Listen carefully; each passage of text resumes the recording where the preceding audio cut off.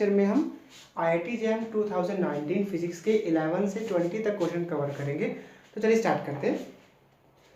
11 question है, for a forward bias PN junction diode which one of the following energy band diagram is correct. देखिए, इसमें हमें एक चीज़ पता होनी चाहिए बस कि जो पी टाइप सेमीकंडक्टर होता है, पी टाइप सेमीकंडक्टर में जो फर्मी लेवल होता है वो पी टाइप में जो फर्मी लेवल होता है वो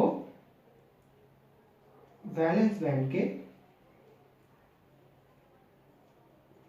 पास होता है और एन टाइप सेमीकंडक्टर में या एन टाइप रीजन में जो फर्मी लेवल होता है या जो फर्मी एनर्जी होती है वो कंडक्शन बैंड के काफ़ी पास होती है। और ऐसा जो है यहाँ पर सिर्फ एक ही ऑप्शन है, ऑप्शन नंबर ABCD, ऐसा ऑप्शन सिर्फ ए ही है। ठीक है, इसको मतलब डायग्राम से ज़्यादा समझ में आता है। ठीक है ना, ओरली तो हम लोग ऐसे बोल सकते हैं, लेकिन डायग्राम अगर आप देखोगे तो आप ये चीज़ नोटिस करोगे इसमें कि पी टाइप में जो फर्मी लेवल है वो वैलेंस बैंड के पास है और एन टाइप में जो फर्मी लेवल है वो कंडक्शन बैंड के पास है। ठीक है, चलिए क्वेश्चन नंबर 12 में बढ़ते हैं। ठीक है,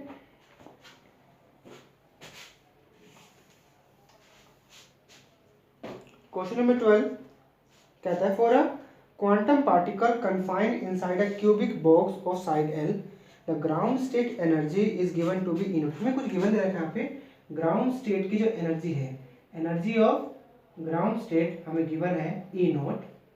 ठीक है, और हमें पूछ रहा है वो energy of first excited state की। ठीक है, देखिए सबसे पहले एनर्जी का फॉर्मूला पता होना चाहिए हम लोग को। एनर्जी जो होती है cubic energy of cubic box, जब क्यूबिक बॉक्स की बात करते हैं तो उसमें एनर्जी होती है हमारे पास nx square plus ny square plus nz square और फिर h cut square pi square divide by 2m a square.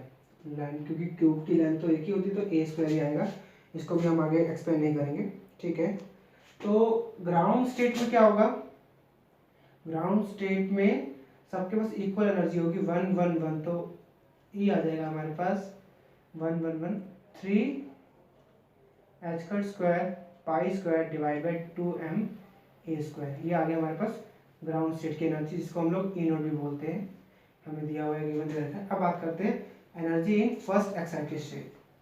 अब हम बात करते हैं एक्साइटेड स्टेट की, कि एक्साइटेड स्टेट में एनर्जी कितनी होगी। तो एक्साइटेड स्टेट में क्या होगा कि जो हमारे पास n जो है हमारे पास nx ny nz, इस तरीके से हम लोग समझ सकते हैं। अभी ग्राउंड में तो तीनों में एक एक इलेक्ट्रॉन या एक एक पार्टिकल था, लेकिन फर्स्ट एक्साइटेड स्टेट में क्या होगा, यहाँ पे 2 हो जाएंगे, बाकी तो एक एक ही रहेंगे यहाँ पर। या फिर हम ऐसा बोल सकते हैं कि यहाँ पे एक रहेगा, यहाँ पे 2, यहाँ पे एक रहेगा, या फिर 1 1 2 ऐसे भी हो सकता है। तो मतलब कि सबकी जो एनर्जी का स्टेटस सब में बराबर है, ताकि पार्टिकल को डिस्ट्रीब्यूट करने का तरीका अलग अलग है। लेकिन फर्स्ट एक्साइटेड स्टेट में क्या होता है, जैसे कि ग्राउंड में 1 था तो फर्स्ट एक्साइटेड स्टेट में पार्टिकल जो है एक लेवल ऊपर पहुंच जाएगा तो 1 से 2 हो जाएगा, बाकी 2 1 1 रहेंगे, या फिर 2 को हम यहाँ भेज देंगे या फिर 2 को हम यहाँ भेज देंगे, इस तरीके से भी हम कर सकते हैं। तो चलो इसी को ले लेते हैं हम लोग, कितना होगा 2 का square plus 1 square plus 1 square h cut square pi square divide by 2m a square, तो 4 5 and 6 h cut square pi square divide by 2m a square. ये आ गया हमारे पास आंसर एनर्जी का। अच्छा, एनर्जी में पूछ रहे हैं तो हम इसको ऐसे लिख सकते हैं, 6 को 2 × 3 h cut square pi square divide by 2m a square. अब देखिए एनर्जी, ये तो हमारे पास एक्साइटेड स्टेट की थी ना, एक्साइटेड स्टेट की एनर्जी थी हमारे पास, ये दैट इज इक्वल टू 2, और इसको जो है हमने यहाँ पर ईजी बोल रखा था, ईजी मतलब ग्राउंड स्टेट की एनर्जी, जिसको हमने ई नोट दे रखा है। तो अच्छा हाँ, ये रहा ना इक्वल में ई नोट, तो ई नोट आ जाएगा यहाँ पर, और इसका आंसर हो जाएगा हमारे पास ए। क्वेश्चन नंबर 13 में चलते हैं। आई होप कि आपको समझ में आया होगा ये वाला।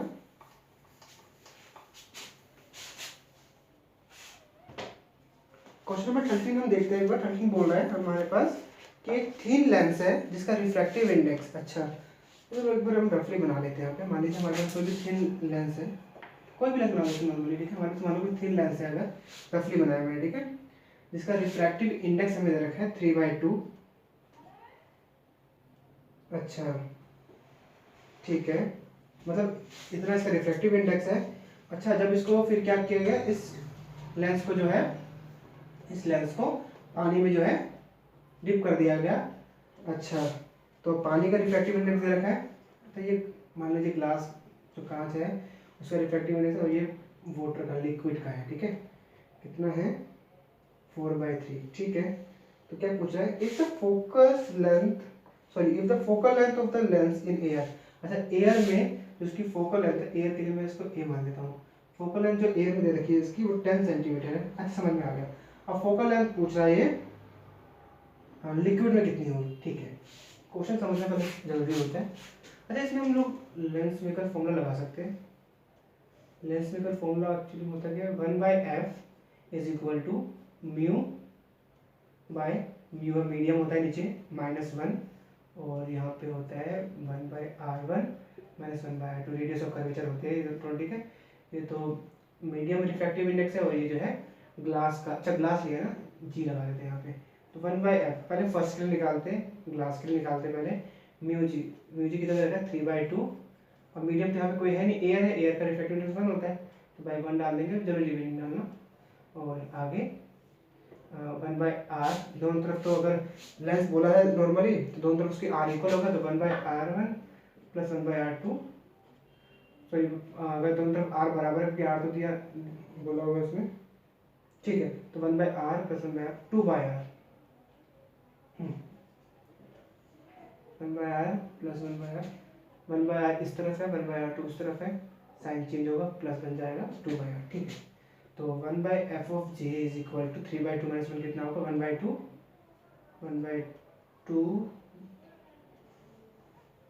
और फिर इंटू 2/r, 2 से 2 कट गया, 1/fg is equal to 1/r आ गया हमारे पास। अच्छा, आंसर नहीं आया अभी। अच्छा, अब इसकी बात करते हैं 1/f। अब ये तो हमारे पास लिक्विड में डाल दिया हमने, इसको एल रखते थे यहाँ पर, is equal to mu g by mu m. Mu g कितना होगा हमारे पास, इसका रिफ्रैक्टिव इंडेक्स है कितना ग्लास का, 3/2। अब मीडियम हमारे पास एयर नहीं, अब मीडियम हमारे पास लिक्विड है, तो इसका रिफ्रैक्टिव इंडेक्स 4/3 है, -1, और यहाँ पे तो कोई 2/r कर देंगे हम इसको सोल्व करते हैं। 3/2 इंटू 3/4 -1, तो 3 जा 9/8 -1, मतलब कि 1/8, 1/8 into 2/r is equal to 1/fl।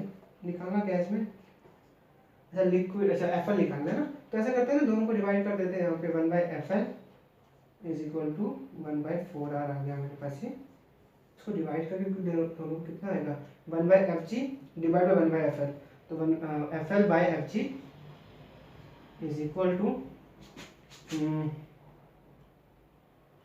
1/r divide by 1/4r into हुआ 4r। अच्छा, r तो कट गया, तो fl आ गया हमारे पास 4fg।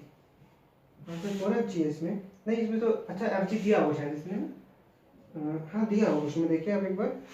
फोकल लेंथ दे रखी है एयर में,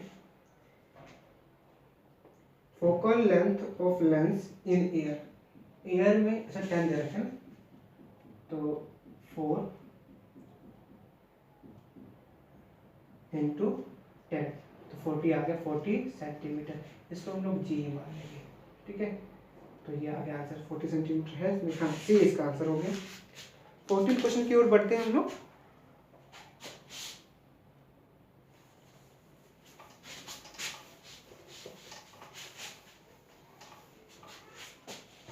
क्वेश्चन बोल रहा है the mass per unit length of a road हमें लेंथ हालांकि दे रखी है यहाँ पर 2 मीटर, वेरीज एज रो बराबर 3x किलोग्राम पर metre, the moment of inertia of a rod about the perpendicular axis passing the tip of. अच्छा ठीक है, क्वेश्चन में क्या है, एक हमें एक रोड दे रखी है जिसकी लेंथ दे रखी है l, ठीक है। अच्छा मोमेंट ऑफ इनर्शिया निकालना है about perpendicular axis, perpendicular axis पे हमें जो है यहाँ पे मोमेंट ऑफ इनर्शिया निकालना है। तो उसका तरीका क्या होता है ना इसका, इसमें हमें स्मॉल एलिमेंट लेना पड़ता है, जैसे कि इसका पूरा मास तो कैपिटल M होगा, मान लीजिए हम स्मॉल मास लेते हैं तो उसका मास स्मॉल m कितना हो जाएगा dm, ठीक है। अब dm यहाँ से यहाँ तक चलेंगे तो वो डिस्टेंस होगा x, और इसका डिस्टेंस जो हो जाएगा वो हो जाएगा dm। ये करना जरूरी होता है, स्मॉल एलिमेंट लेना पड़ता है, ठीक है।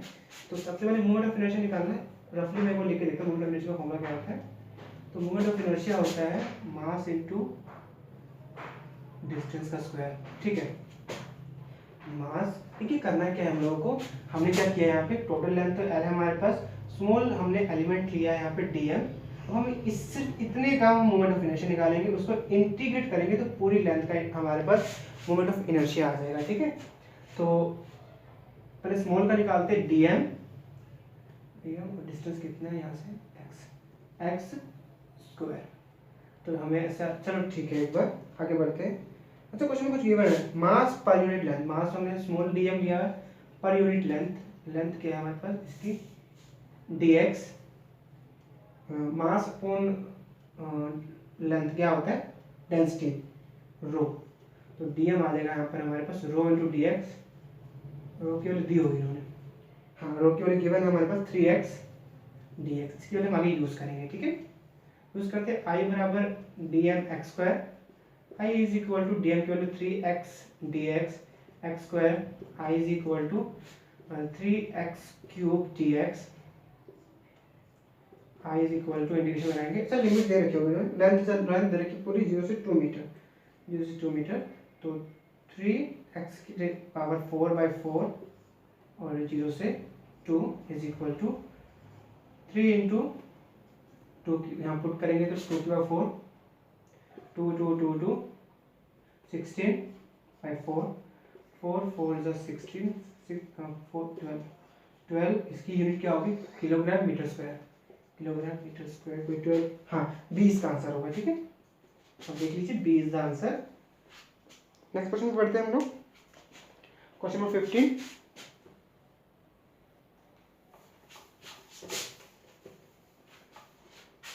क्वेश्चन बोल रहा है, अच्छा यहाँ पे एक फेज डायग्राम है, अच्छा फेज डायग्राम, ठीक है, इसको देखिए एक बार।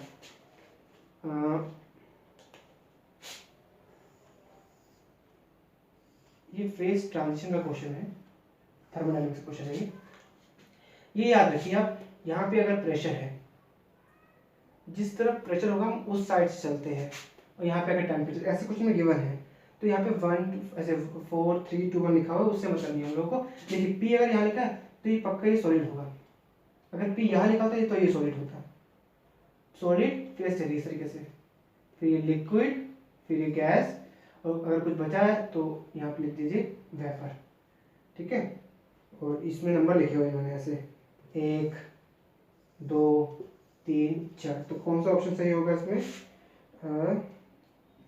डी ऑप्शन सही होगा इसमें, ठीक है। डी मतलब 1 है वेपर, सेकंड है गैस, थर्ड है लिक्विड, फोर्थ है सॉलिड। अच्छा देखिए अगर यहाँ पे प्रेशर लिखा होता और यहाँ पे टेम्परेचर लिखा होता तो हम क्या करते हैं, तब हम ऐसा नहीं करते, इसमें प्रेशर से स्टार्ट करते हैं फिर हम लोग, तो प्रेशर हम लोग जो है फिर हम लोग क्या करते हैं, सॉलिड इसको मानते हैं, लिक्विड इसको मानते हैं, गैस इसको मानते हैं, फिर उसके बाहर निकल के वेपर मान लेते हैं उसको हम लोग, ठीक है। हालांकि क्वेश्चन नहीं दिया होता है तो इसकी बात नहीं करेंगे अभी हम,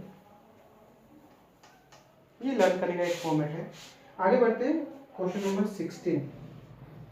16th क्वेश्चन हमें बता रहा है कि एक light of wavelength lambda propagates a dispersive medium with a refractive index. आपको रिफ्रैक्टिव इंडेक्स गिवन है, अगर कुछ गिवन है तो उसको फटाफट लिख लिया करिए, 1.5 + 0.6 लैम्डा, मतलब कि ऐसा कुछ दिख रहा है ना, मैंने तो अच्छे नहीं लगे देखने में, तो a + b लैम्डा मान लेते हैं इसको, दैट्स इट।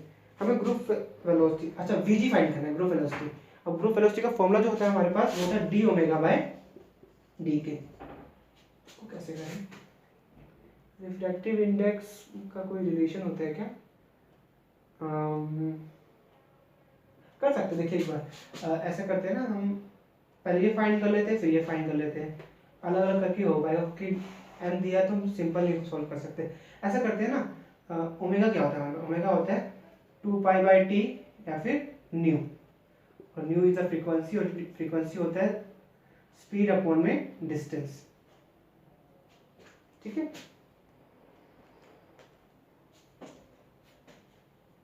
बंद कर दो तो वीडियो बाद में क्रॉप हो जाती है।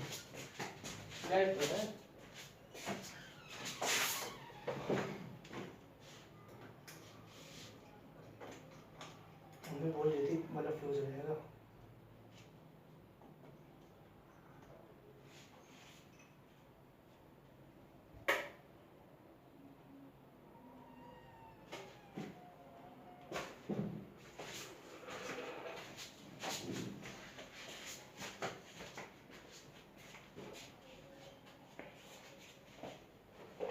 तो हम बात कर रहे थे, अच्छा ठीक है, तो अब हमें कुछ भी करके डी ओमेगा फाइंड करना है, तो डी ओमेगा, अब लैम्डा है तो ऐसा करते हैं डी लैम्डा से इसको डिफ्रेंशिएट करते हैं, तो कितना आएगा 2πc, लैम्डा ऊपर जाएगा तो लैम्डा की पावर -1, अब इसको डिफ्रेंशिएट करेंगे तो माइनस लैम्डा -1 माइनस लैम्डा -2 -1/λ², तो आ जाएगा ये हमारे पास, ये लिख देते हैं इसको -1/λ²। ठीक है, हम कुछ ऐसा कुछ फॉर्मूला बना रहे हैं कि डी ओमेगा आ जाए और नीचे डी के आ जाए और डी लैम्डा से डी लैम्डा कट जाए। ठीक है, एक तो हम इसका यूज़ कर सकते हैं, अभी श्योर नहीं है आंसर के लिए, आगे बढ़ते हैं। आगे हमें क्या फाइंड करना है? हमें डी के फाइंड करना है।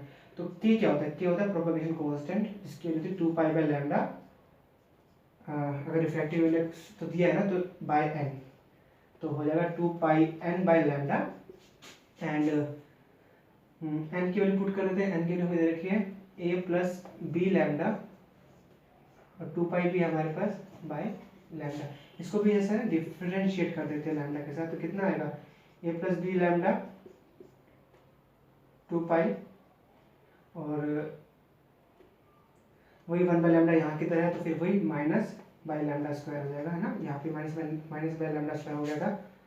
तो अब इसको हम लोग जो है ना डिवाइड कर देते हैं, D omega by D lambda. देखिए आप श्योरिटी है कि कट जाएगा, ये कटना चाहिए इसको, डी लैम्डा से डी लैम्डा कट जाएगा तो डी ओमेगा बाई डी आ जाएगा, जिसको हम बोलते हैं वीजी, ग्रुप वेलोसिटी। इस जगह अगर फेज वेलोसिटी पूछता हो तो हम लिखते हैं v बराबर ओमेगा बाई वी, उसका फॉर्मेट अलग होता है, फिर उसके लिए फिर नॉन डिस्पर्सिव मीडियम होता है, उसका फॉर्मूला भी अलग होता है। तो ये डिस्पर्सिव मीडियम के लिए है, तो D omega by D lambda की वैल्यू कितनी है माइनस, देखिए माइनस से माइनस तो कट जाएगा, 2π से 2π भी कट जाएगा, और यहाँ बचेगा c बाय λ² भी कट जाएगा, अपॉन में एक सेकंड डिफरेंशिएट हमने शायद सही किया यहाँ पे, क्योंकि इसके अंदर भी तो डी लैम्डा बी लैम्डा है ना, इसका भी डिफरेंशिएशन करना पड़ेगा हमें, तो ए तो 0 हो जाएगा, अच्छा बी भी आएगा ये यहाँ पे, क्योंकि इसका जब हम डिफरेंशिएशन करेंगे तो इस कांस्टेंट का 0 हो जाएगा, और D lambda by D lambda cut जाएगा तो बी बच जाएगा यहाँ पर। ठीक है, तो यहाँ से सब कुछ कट जाएगा, और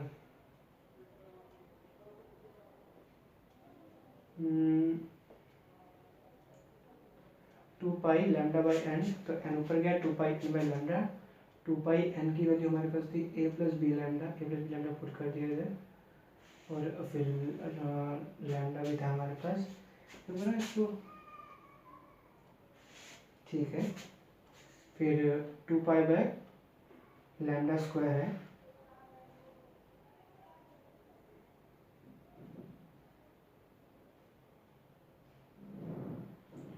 ऐसे ना, इसको एक बार ना लोग ऐसे नहीं करते, कुछ मिस्टेक लगती है इसमें, इसको पहले ना इनटू कर लेते हैं एक बार, एक्स्ट्रा कोड बढ़ा के यहाँ पर 2πa/λ plus b 2π, lambda lambda करके अब करके, क्योंकि ना वो मिस्टेक लग रही थी देखने में।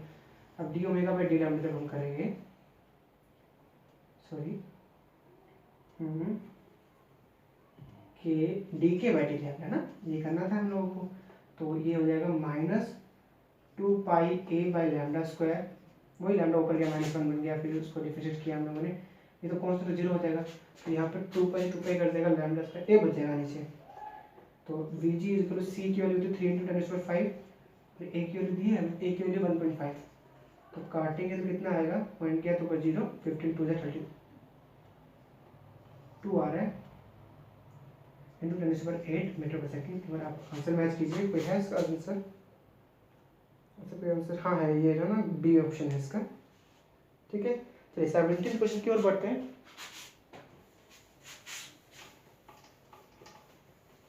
तो 17 क्वेश्चन क्या बोल रहे हैं हमें? 17 क्वेश्चन बोल रहा है consider a normal incidence of plane electromagnetic wave with electric field given by this.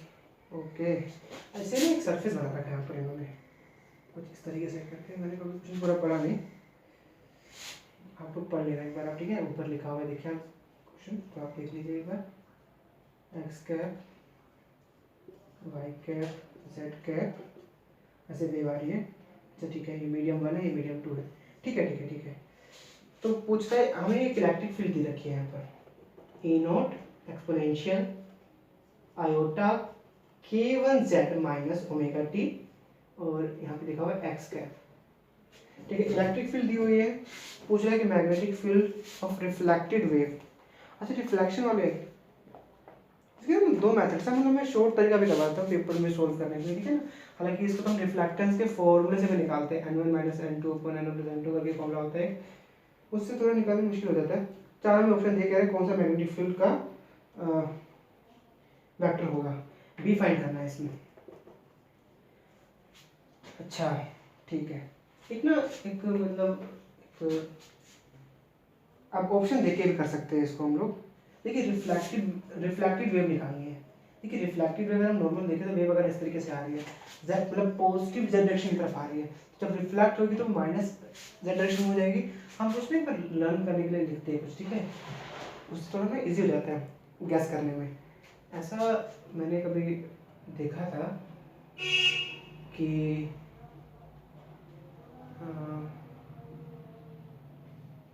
जैसे कि ये लिखा है ना, ये चीज़ अगर यहाँ पे हमारे पास सेम साइन हो, दोनों तरफ, जैसे किसमें तो अपोजिट साइन है, अगर दोनों तरफ सेम साइन हो, मतलब यहाँ भी प्लस, ये प्लस है, ये प्लस हो, सेम साइन हो, तो जो मैग्नेटिक फील्ड बनती है रिफ्लेक्टेड में, वो माइनस जेड डायरेक्शन में बनती है। मतलब अगर सेम साइन हो तो नेगेटिव लेना है आपको, ठीक है। अगर अपोजिट साइन, जैसे अपोजिट साइन इसमें है, अपोजिट साइन जब होते हैं तो हमें पॉजिटिव जेड डायरेक्शन लेनी होती है। जेड में इसलिए ले रहा हूँ यहाँ पे, ठीक है। तो अब हम क्या करें, सबसे पहले रिफ्लेक्ट हुई है, तो रिफ्लेक्ट हुई है तो मतलब मैग्नेटिक फील्ड की वैल्यू जो भी होगी, मान लो बी नॉट करके होगी, और अपन में कुछ भी होगा उससे मतलब नहीं है।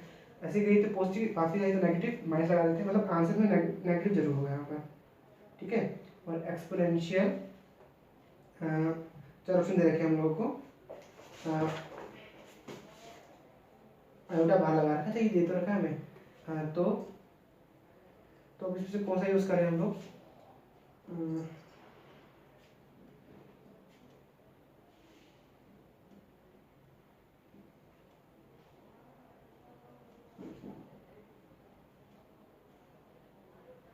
जब जाके रिफ्लेक्ट होगी, जब रिफ्लेक्ट होगी, रिफ्लेक्टेड के लिए दो मैंने केस बताए थे ये वाले, ठीक है ना। तो इसमें हमने देखा जब सेम साइन होगा तो नेगेटिव जेड डायरेक्शन होगी। क्या सेम साइन है यहाँ पर हमारे पास? सेम साइन तो नहीं है हमारे पास इसमें, सेम साइन तो नहीं है, लेकिन जब वेव रिफ्लेक्ट होगी तो नेगेटिव डायरेक्शन, मतलब ये वाला होगा केस, नेगेटिव डायरेक्शन मतलब सेम साइन होना चाहिए। अगर नहीं होगा तो हम सेम साइन बनाएंगे। सेम साइन का मतलब क्या, दोनों को प्लस करेंगे, दोनों को नेगेटिव करेंगे। तो ऑप्शन में देखते हैं, दोनों तो पॉजिटिव किसी में भी नहीं है, दोनों को नेगेटिव कर देते हैं, minus k1z minus omega T. हाँ, ऐसा एक ही ऑप्शन है सी।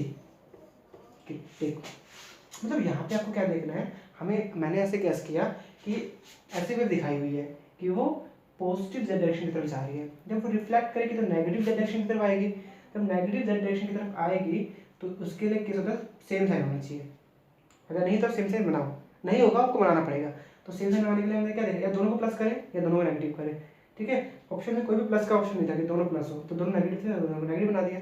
साइन सेम करना होता है हम लोगों को, ठीक है, तो इसका आंसर सी हो जाएगा। अब क्वेश्चन नंबर देखते हैं 18।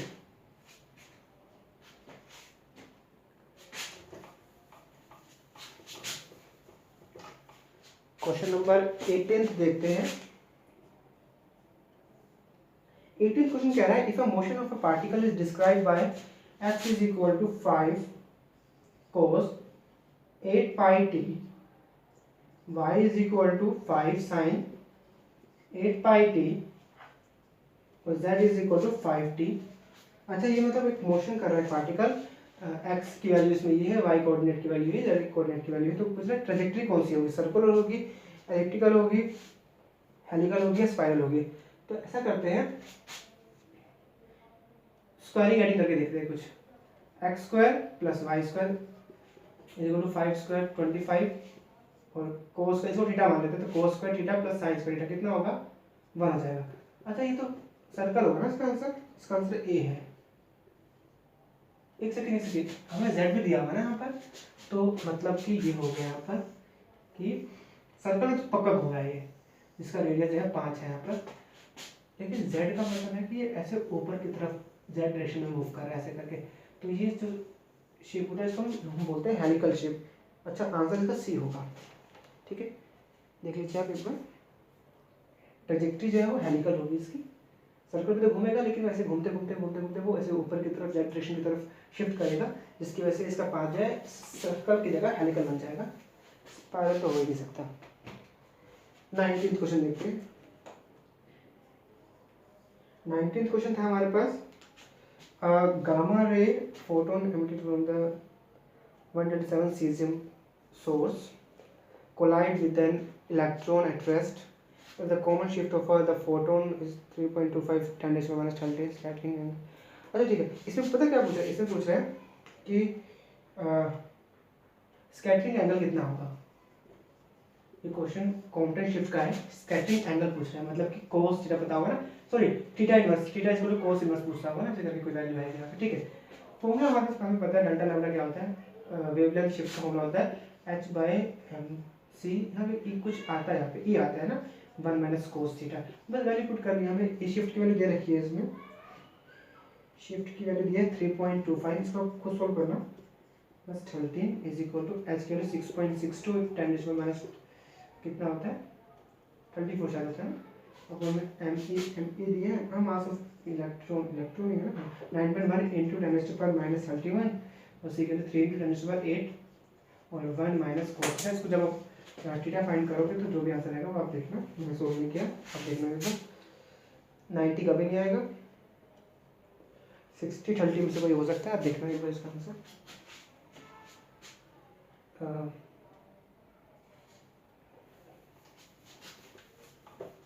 आगे बढ़ते हैं, question number 20, the location of caesium plus and caesium minus ion inside the unit cell of a cesium chloride crystalline is shown in the figure. The Bravais lattice of cesium chloride is simple cubic face centre simple cubic. देखिए caesium chloride में वैसे भी simple cubic structure होता है, तो इसका answer A हो जाएगा। बहुत सिंपल।